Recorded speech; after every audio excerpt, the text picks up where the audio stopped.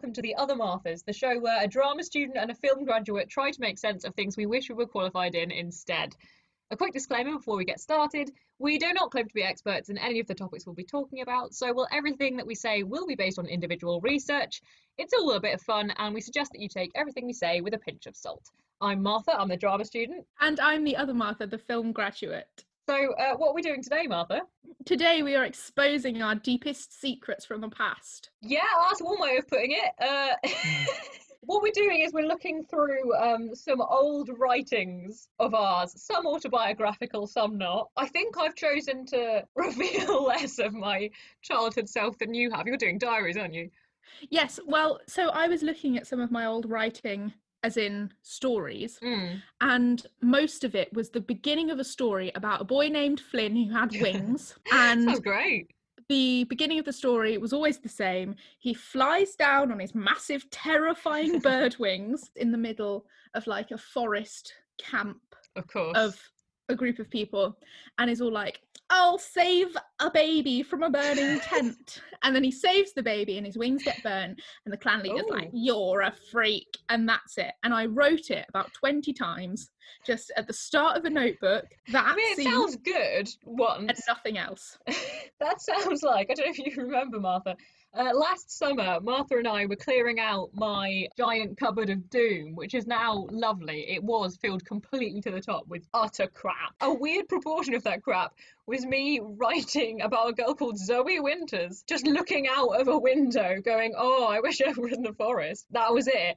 And I found, when I was looking through my exercise books for this, a longer version of that where Zoe Winters reveals trauma. She's being like bullied by her peers. She's walking around and everyone's like, you're such a freak, Zoe. And she runs away into the forest.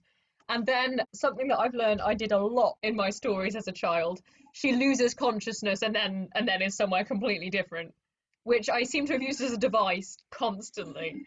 Well, I also remember a lot of my early writing was I always wanted to be a child who grew up on a farm.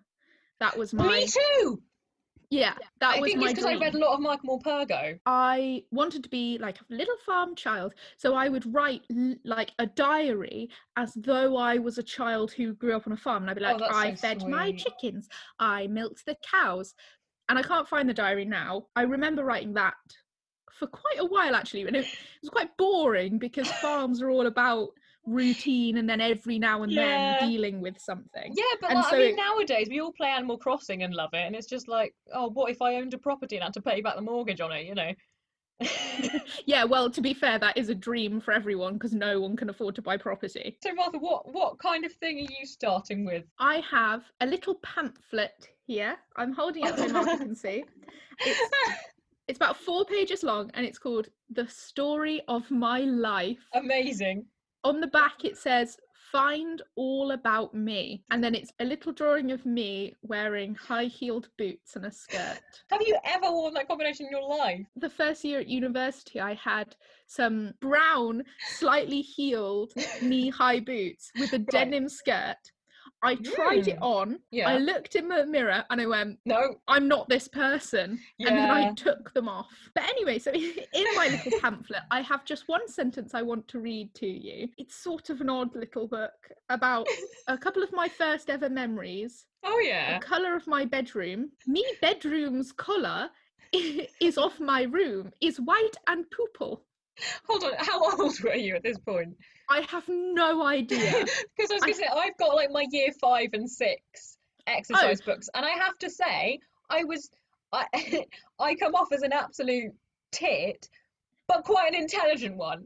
And so I'm used to reading, you know, coherent sentences, and you're like, my colour of me wall is... No, I would say I was probably in year 2 when I did this. Because I've written... this is the sentence I want to share. It's the only sentence I wrote in pen, so I was very confident about it. There are 5 people in my house with me because my dog acts like my brother. He steals things from my room. And then there's a little drawing of my dog Ned, who we've had on the podcast. stealing a bear from my room. Oh, it's an impressive drawing, I have to say. So that's my first tale that I want to share with Brilliant. you. Can I lead on from that? Because my first thing is also an autobiography, as I've called it. Yes. Mine's considerably more eloquent, which is not a good thing. So I wrote this on Wednesday. The shade that you're throwing at year 2 Martha. This isn't year 2. Well, oh, you're year 2 Martha. Me, I'm year 2 Martha. Yeah, but you were in year 2. It's fine. We have the same name. Yeah, the centre of our podcast. I forget we share a name. I called you Marthy earlier, and my mum was like, "Oh, is that her name?" And I was like, "Yes, it's my name too. You picked it." Amazing. So this is something I wrote apparently on Wednesday, the 10th of September, 2008. I think I was 10. My objective's been to write an autobiography. Events written in time order, first-person narrative, and interesting vocabulary.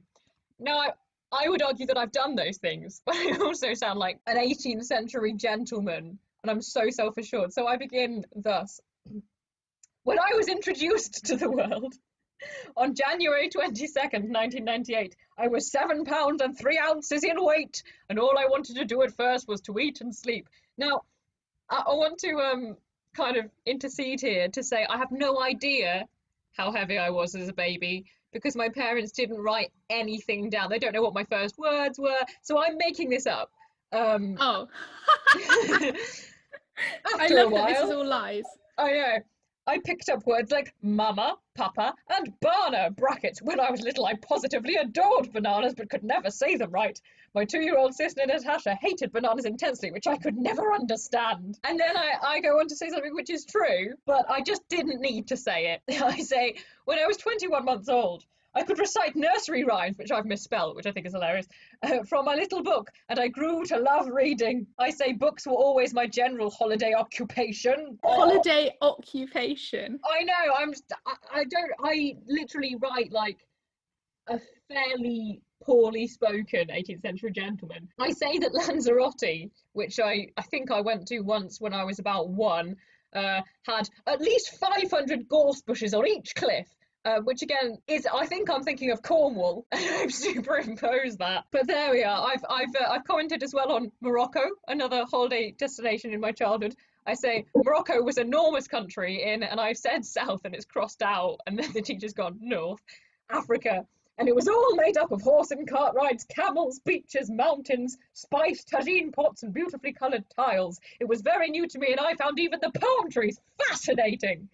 I'm so enthusiastic. This is one of my favourite bits. I say, when I was 4, my mum decided that it was time for me to start learning a musical instrument. My sister, now aged 6, was already learning the violin, and my mum wanted me to learn the cello. I flatly refused, saying I would learn the cello after I had covered violin, which is true. I didn't learn the cello. I just copied my sister. Well, you have yet to fully cover violin. Yeah, well, quite. I think I was optimistic about how quick I would be to cover violin. And I talk about, we used to visit my mum's friend Anniko in Hungary when I was little, and we'd speak German over there, and we'd go to do a little music course. And I say we speak German. We spoke very broken German. Martha can attest, like, I was decent at German at school. You're better at German than I was. Yeah. Anyone was. Yeah, I was good at German, because I was quite good at learning it at school. I was not great at German before I started learning it, but apparently 10-year-old me thought otherwise. I say, we would go on a 2-week music course where everyone was German. We were a bit uncomfortable at first, but were soon chatting away in broken German, fine, miming when there was a word we didn't know. Our mum sprang up a strong friendship between her and Anniko the whole of the course. We were always sad to leave. And then I say, I was soon fluent in my German, and look forward to each visit to Hungary with rapture. With rapture? I'm really getting that vocab. Now, this is where I start getting just utterly insufferable. I start a new paragraph and I say, I'd recently started getting school homework, which was a privilege that I really enjoyed. I want to punch 10-year-old me in the head. When I was in the infants, I loved school, including any homework I was set. And I end this account on saying, soon came the palaver of getting into junior school. But we never know what that palaver was going to be, because I guess I ran out of time. That's my autobiography. So this is some drama from Friday the 1st of December 2006. Oh. So I was 8. Top secret. 1st of Advent. Oh, you make it sound like Advent was a secret that year. I know. A top secret. 1st of Advent, nobody must know. Also, I wrote this entry to my diary once in a lighter press of my pen, and then I've later gone over it, pushing slightly harder. I don't know why. That's very sweet. I played Dead with Susan, Laura, Daisy. I will say I've changed the names of the people in these diaries. I was wondering why they sounded out of an Enid Blyton novel. I mean, Daisy, Laura. I've chosen names similar in feel to the names of my friends. We played Second World War. Oh my god. I know. It's not what I thought Daisy and Susan were playing. We were playing, I will say also, Laura is Laura H, because there were 2 girls with... Not called Laura, but... Not called Laura, but called Laura. They're the same name, so I've given them the same name. Brilliant. Yeah, I think our Second World War game wasn't... I mean, it could have been us in the trenches, but I think it probably was, oh no, a telegram! Like, oh no! And being like land girls and things, not being soldiers. I went round Polly's house. Polly was my best friend as a child, and she mistreated me greatly. Oh, I know who this is! She read out here diary that she said was what she wrote when she was younger, but I think she wrote it a few days ago. Drama. Conspiracy theories. I started young. It said she thought I was bossy, but the truth is, I think she is bossy. I think we'd had an argument. She had written this diary and gone, oh look, I guess ages ago I thought you were bossy. Yeah, and she said, like, in reception I thought you were bossy, and I was like, well, the truth is, let me tell you my truth. Be a phrase in common knowledge. maybe we should start it. Tell me the trough now. That'll be instead of, so Martha, what are we talking about today? From now on it's going to be, and Martha, what is thy trough? I'd like that. I have 5 diaries here. The first one that I'm currently reading from is black, with a woman doing the classic, like, Marilyn Monroe, my skirt's blowing up. That's really quite odd. Thing. I know. And then it says, uh-oh, with me, with the wind on the front of it. I know. And it had little clasps to padlock my diary. I love those. The problem with me and any form of locking a diary is that I would immediately lose the keys, cry, and then take it to my brother to open, which can it just defeats the point of having a lock on your diary if your brother's the only one that can open it. Right. I used to have those ones where it would be like a little wedge and you're supposed to put a key into the wedge and turn it, but actually you can do it with a coin or your nail or literally anything thin. But I still like them because it meant when you inevitably lose the key, it still feels vaguely secret. Wednesday, November 2007. No date. Dear diary, because it's Wednesday, I am moving. Sure. I was ill and had to stay with Granny and Grandy's house. Stay with the house. Martha, you stay with the house. Make sure it doesn't go anywhere. I know. So I could get better. When I got back to school this morning before lunch, when I went into class, everyone was like, it's Martha, it's Martha.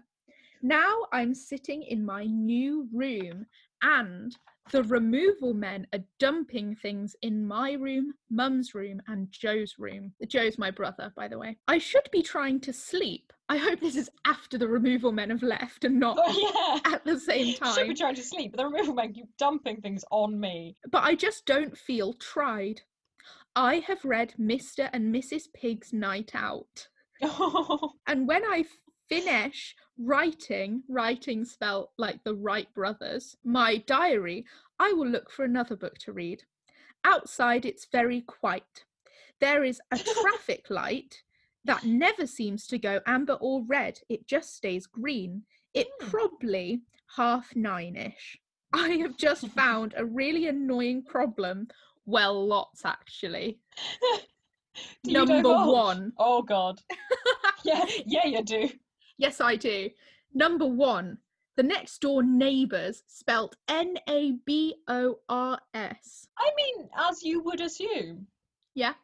Fawn is right next to my bed on the other side of the wall.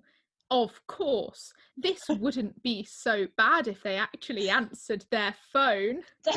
Amazing. Like, number two, I am in the front bedroom and there are lots of drunk teenagers walking past shouting. I had a similar thing where, like, adults would go, "Ugh, teenagers," and then you just have this idea of teenagers as being this criminal underground. Yes. That walk around drinking and smashing things. Number three, my room is full of boxers. I'm just full of rage at this point. Number four, because of the broken traffic light, people speed past, which is true. I remember, and it wasn't broken. It was one of those traffic lights that only changes if someone presses the button. I see, yeah. Because it was a crossing. Yeah. And little me was full of rage because I thought every traffic light eventually turned red, and so cars would whiz on by. Yeah. Which is like a very dramatic thing for a 9-year-old to be annoyed about. I'm actually sort of impressed. I don't think I really had any concept of what the traffic lights meant to cars or anything like that. I just didn't think about it until I was probably about 12. I had two very car-obsessed parents, though. Ah. So, yeah, true. Whereas mine, like, would have walked everywhere if they could and fed them berries. Yeah. So I learned, a lot of things about cars as a youth. Very cool. And because I had tiny little hands, my dad would be like, "Hey, Martha, just reach on into this engine and pick a screw out for me." And I'd be like, "Will I burn my hand, Father?" Oh, God. Ask the chimney sweep. No, son. Number 5. I am in the spa room. There was a desk. Screwed. What? You had a spa room? No, I was spare and I spelt it wrong. I was going to say, I was like, wow, you were a posh kid. No, you just illiterate.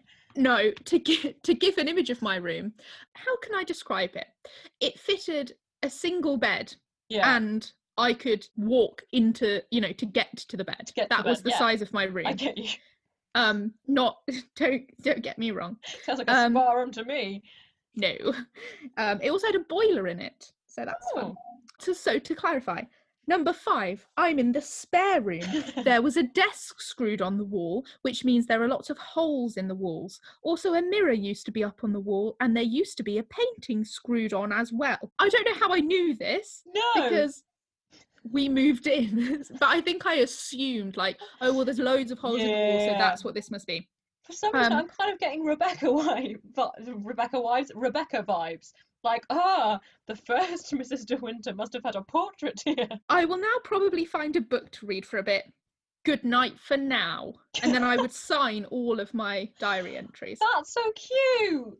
Do you want to see my old signature? Yeah, please. That is better than my current signature. It is, I mean, it sort of looks like one of those loop-the-loop things that some kids had where you would, like, have a metal rod that you would try and go around it and not touch it, and it would buzz if it did. Yes, that's what Martha's signature looks like to me. Would you like to hear about my persuasive writing spree in year 5? Excellent. The target for Monday, 14th April 2008 was to use persuasive writing and to use language that gets you your own way. And I've begun it with, "Dear government, stop global warming." Send this in. I know, I say, "Everyone is talking about how global warming might destroy us in time, and I'm really worried about it. I know you're a very considerate person." Apparently I thought the government was just the one person. "And I'm sure you can help. The animals and birds will all disappear, and all because of us. All we have to do is use less electricity and gas, and then we'd all be thrilled. Everyone will be so disappointed if you can't help." Everyone will be dead.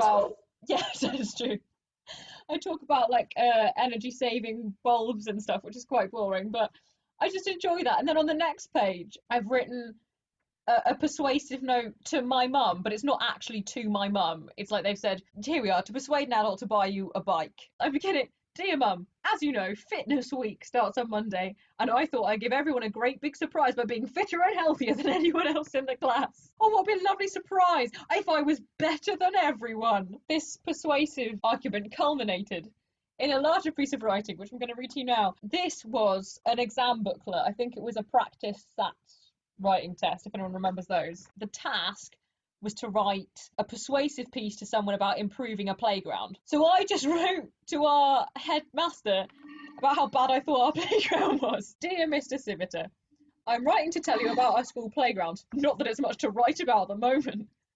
Oh my gosh, Martha. I know, I get straight in there. We were told to use techniques. It has practically nothing on it except for a few benches and shrubs. I'm sure you'll agree with me that our playground needs changing, and my marvellous ideas are sure to go down a treat. The only tree that provides shade has a swing on it, but even that is rickety, old and broken. We could have a lovely new one that everyone will enjoy, and then people could fit onto it, 2 people could fit onto it at once. That way, we could make new friends too. It's quite cute. Could your conscience cope with us keeping the swing we already have, and one of us falling and maybe breaking bones? An area with grass would be brilliant, and so would a trampoline or a swimming pool. Both of these activities would strengthen our muscles and be great fun besides. A nature area would be fantastic too. What with an educational nature reserve, sports facilities and a swing, it would be sure to keep us out of mischief for hours, as well as making us strong, healthy and clever. In the nature reserve, we could have a quiet area, monkey bars, a pond and lots of trees and flowers. We could do some of the gardening ourselves, and some of us who got inspired could have our own patches to grow whatever we wanted. I say we should have a vegetable patch to help with the school dinners. So it's quite sweet, it's just I don't really understand the concept of budget. And I end it by saying, I'm sure you will agree, and we would all love it if we could all have all of these wonderful things. I think I'm really persuasive in that. I remembered whilst you were telling me your persuasive writing, I remembered a piece of writing I did. I think I must have been in year 2 again, and I wrote we were learning about how to write instructions, and I wrote a set of instructions for a board game that I'd made, because we had to create a board game and then write instructions for how to play it. The instructions that I wrote were: set out the game, play the game, make sure you tidy up after yourselves or your mummy will get angry. That's so sweet and also so useless. It's so useless. So now I want to tell you about the main drama of my life at the time. So my friend Polly, as we've established, we had quite a rocky relationship. Yeah. And she came over to my house for a sleepover, and I had spent all of my pocket money on a treat for our sleepover, which was a massive Cadbury bar. It was the biggest one I'd ever seen. I don't know how to tell you the measurements of it, but it was so big. I'm thinking about how to do that, and I would say it's roughly the size of like an adult cat. Yes. Okay, fair enough. Just the body, the tail's not included. So there's one diary entry about me and my family. We go to the shops. We had a DVD night, a Simpsons night. It was really cool. And then, same sentence, I have neck ache and slap cheek. And then I go into the PS. No, what the heck is slap cheek? Slap cheek is, I don't know if it's a real thing. So your face gets really red. Like you've been it looks slapped. like you've been slapped. So then the PS to this entry, I've written quite nastily put, PS, Polly is a pig because she stole all of my giant chocolate bar. No. This was how big it was, and then I've drawn a tiny picture of it. Yeah, she stole my chocolate bar, and So did she take it home with her, or like eat it all at the time? Oh my god. So I bought us this massive chocolate bar. We only had a little bit because we were 2 young children. You can't eat that much chocolate. And the next morning, I was looking for my chocolate bar, and where is it? Lo and behold, she's put it in her suitcase and she's left with it. That's despicable. So that was on, I think, the 24th of November. You know what? I think adult me agrees that the child Polly is a pig. So then, 25th of November, I get on with my day talking about my advent calendar, which is Ratatouille themed. So I played with my Polly wheels and tried the leg of a chicken. Why did I write it like that? Barbaric. And once again, once spelt Wance, and once again, I will say this: Polly Smithton is a thief. So dramatic. So this is the next day and I'm still livid, which to me there was such a big chocolate bar. And yeah, well, you'd still have had the chocolate bar the next day. You could be angry about it for as long as it I would have had affected it for you. months on end, let me tell you. Tuesday, 27th of November. Dear Diary, today at brack time, I played Brats with Laura D. So this is the time. Yeah, I spelled it brack with Laura D. So this is the other Laura. At literacy, we had to re-begin yesterday's work and add feelings to our letters. They'd gone, write a letter, and you'd all gone, dear sir, it is cold, my washing machine is functioning, and now it is bedtime. And they've gone, oh my god, we've raised robot children. Yeah. Oh, look, all these horrible robot children. We need to add in emotions to them. At lunchtime, I played with the boys. We played football and basketball. Fun. Again, this was because I was in a feud with Polly and refused to play with her. And then I wrote, P.S. Polly owes me a chocolate bar. You are just nodding and going. Did you ever think of going to Polly and going, hi, take my chocolate bar? I asked so many times. You have no idea. One of those people who's like, no, I don't know what you're talking about. No, she was saying, I didn't take it, whatever. And I was like, I don't believe you. So I wasn't speaking to her. So this was Wednesday, the 28th of November. Dear Diary, this morning was boring. Miss G, who's no fun. We played nothing good at literacy. We did computer work. I had to work with Andrew and Jerome. Again, I changed the names. Why? I am impressed that the first name you would think of in any context could be Jerome. Well, I'll tell you why. It's because Jerome, I used to have a list with my brother, and it was a list of and I'm sorry to anyone called Jerome. Yeah, it's a perfectly fine name. It was a list of stupid names that we made based off of the Ersatz Elevator by Lemony Snicket. Oh, what a good book. We had an audio book. Jerome! Yes! Jerome. And in our book of stupid names was Klaus. Yeah. Jerome and Esme. Jerome hit Andrew 14 times on the back of the head this lunchtime. Did Andrew, survive? Yeah. This lunchtime, me and Polly, played with my emu puppet, which was fun. Wow. This afternoon, we dressed up as Victorian children. First, Miss L handed out 1p's for us to pay. And on purpose, she missed out Sid so she could tell him off. I remember these kinds of things. Yeah.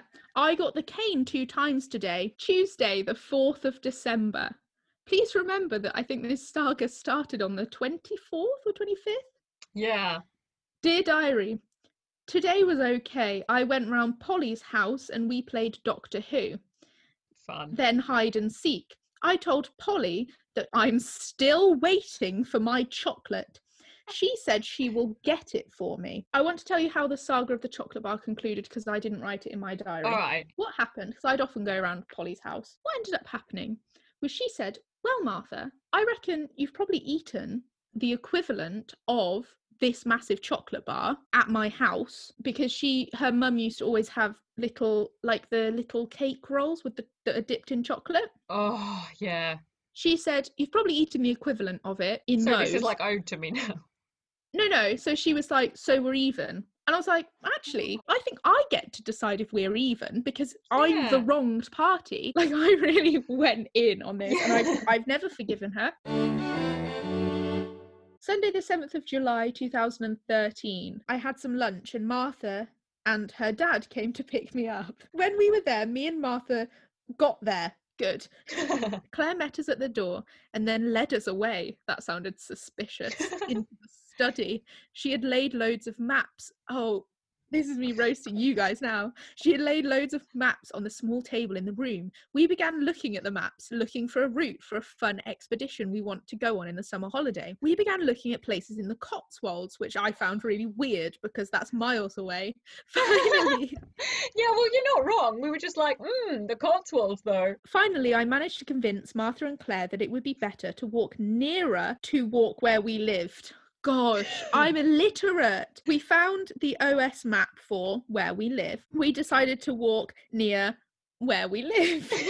I'm like trying not to give away too much about where we live. We are beginning at a church, I think, and ending at a park. We are going on the walk on the 16th and 17th of this month. I'm excited but nervous too. I don't think I'll get through this without laughing so much. Go. During our route planning, after we moved the sofa, bearing in mind our friend had like fancy cloth sofas.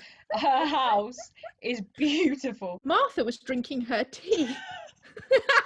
And she began to laugh. Next thing I knew, she was coughing and choking. Then she kind of a contemporary account of this moment that's so pinnacle in our lives. Oh. Then she kind of just try, you can do it, I won't laugh. Then she just kind of threw up in her hands, and I was right next to her, and it was horrific. This is exactly how it happened. That's actually a very good retelling. I was laughing so much I started to choke on my tea, and then threw up into my hands and my dress, because I was wearing like this cute little sailor dress, and I never really wore dresses, so I was feeling all fancy and feminine. And I had the forethought, while choking to the extent that I ejected what was in my digestive system, to go, oh, I don't want to get this on Claire's lovely carpet. So I sort of caught it in my hands and my dress.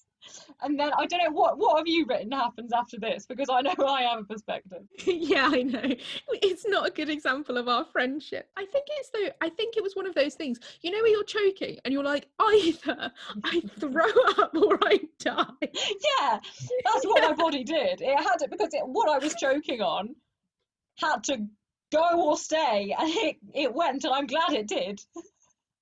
Well, because like I had one time in third year at uni, I started choking on a mini egg.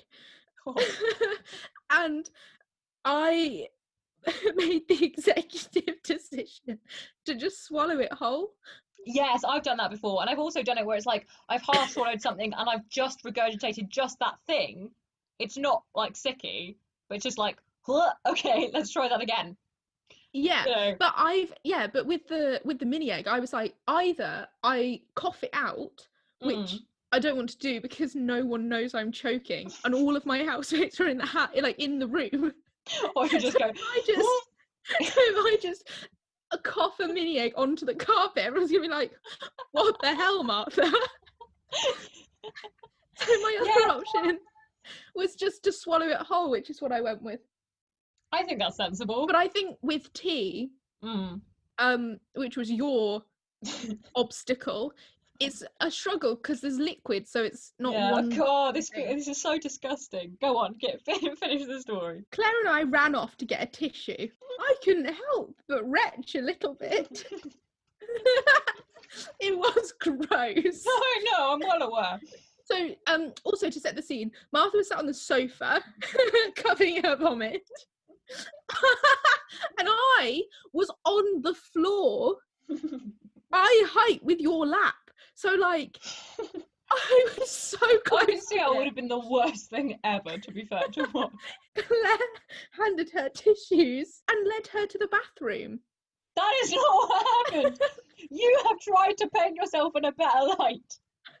Wait, let me finish my account, and then you can come in with your trough. Scathing tale, yeah. Claire handed her tissues and led her to the bathroom while I just wandered around trying not to puke too. From my viewpoint, what happened was I choked and threw up on myself, but managed to contain it to myself.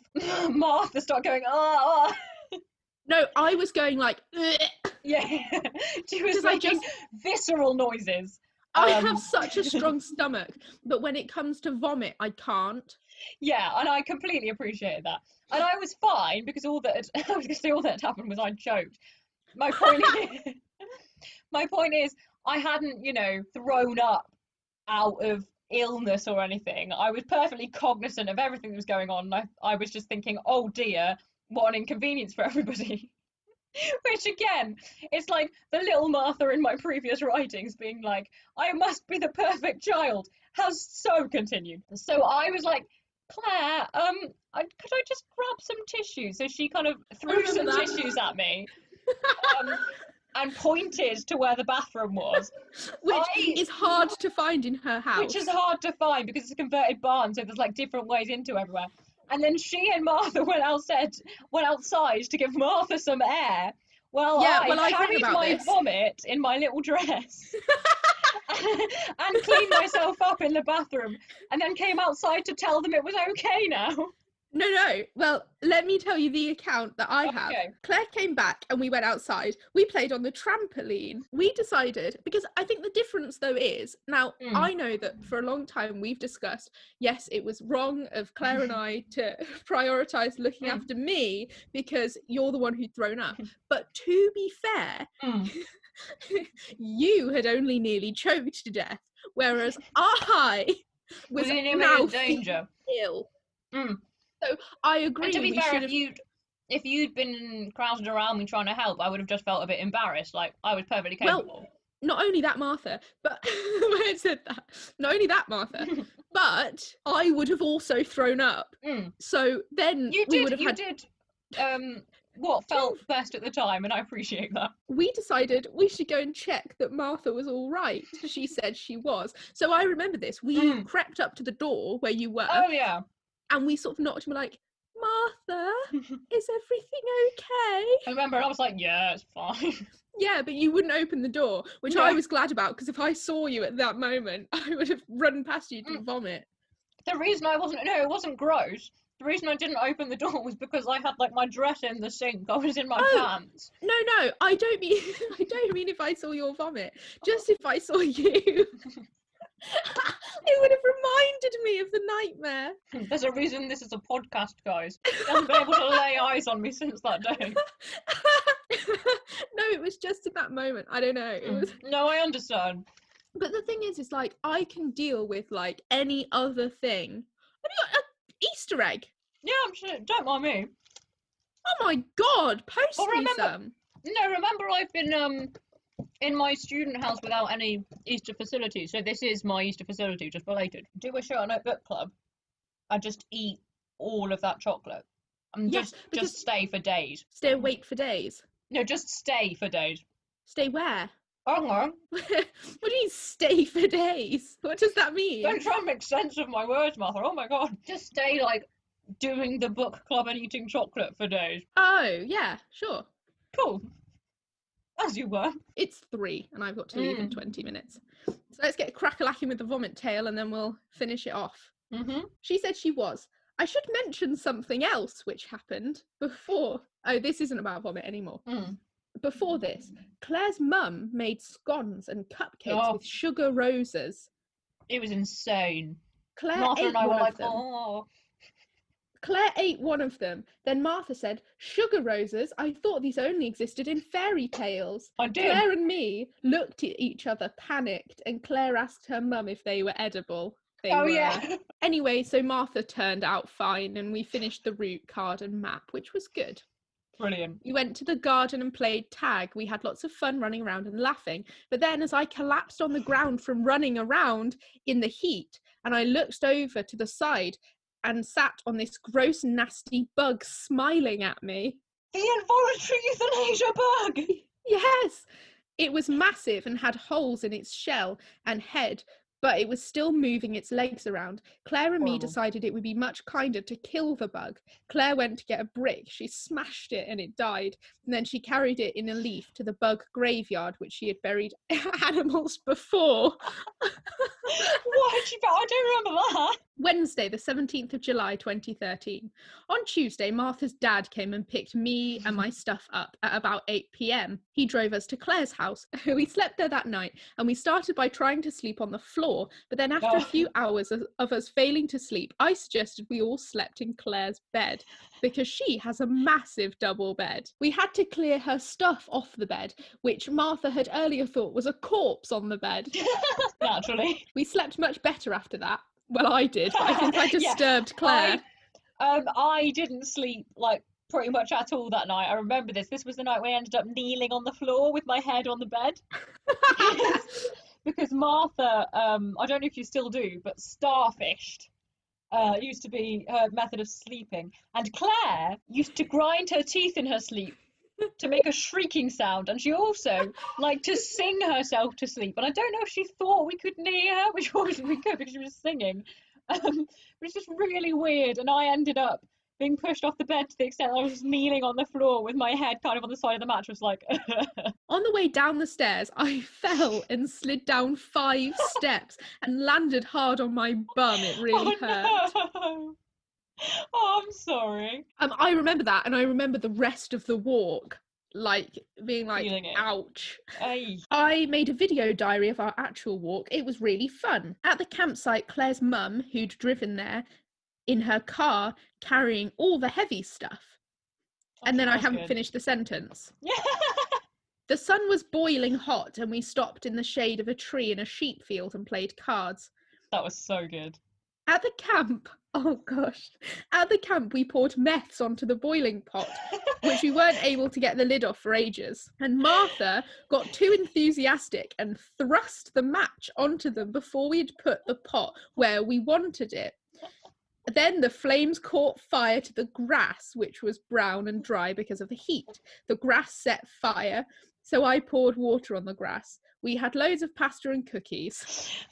I in all of my being incredibly overcautious to please people, I also have a habit of just being really enthusiastic and going, "Way!" and just causing absolute mayhem. Yes. Havoc. Because I remember also the fire was burning so hot that we couldn't see it sometimes. Yes. Do you remember that? Yeah, so we thought we'd put the whole fire out, and then we'd be like, oh, that's fire. I thought the tent was going to be super boiling, but it was actually fine. We chatted, but we were all so, and then I've written fire, but I meant tired, but clearly I'm traumatized. We set off at 7:30, and on the way across the racecourse, we camped next to the sprinklers got us. Ah, yes. Claire and I were all right, but Martha got completely drenched. You just come off in this like just an idiot. Such a mess. But the thing is, that's kind of like I feel like I either come off as really competent or a complete moron, and there's not really any in between. At lunch, we loitered under a tree across from a restaurant. We ate lunch, and then Claire and I went to the restaurant. A snooty woman pranced out and asked us if we needed any help. Could we please use your toilet because we've been walking for days, Claire asked, being really polite. The woman looked at us as though we had asked to whip her around the face with a mouldy octopus's socks. I think the youth hostel will be more suited to your needs. We went to the youth hostel, and there was a man there called Steve. He was super friendly and sweet. Oh, Steve! We went to the toilet. Yes, He Steve. was lovely. When we finally reached the park, Claire bought us ice creams. Claire's mum picked us up and took us back to Claire's. That's so nice. I miss that. Yeah, wasn't that sweet? Yeah, that's really nice. I'm glad you read that out. It sort of reminded me of all the minutiae of our little walk. So that's some of our literary pursuits when we were a little bit younger than we are now. Let us know if you think we've changed at all. I really hope I have, because my God, that Year 5 book. We hope you enjoyed the Other Marthas podcast, the show where a drama student and a film graduate talk about things we're not qualified to discuss. If you enjoyed hearing us talk about things we have no idea about, then please do subscribe for our channel for us to irritate you further.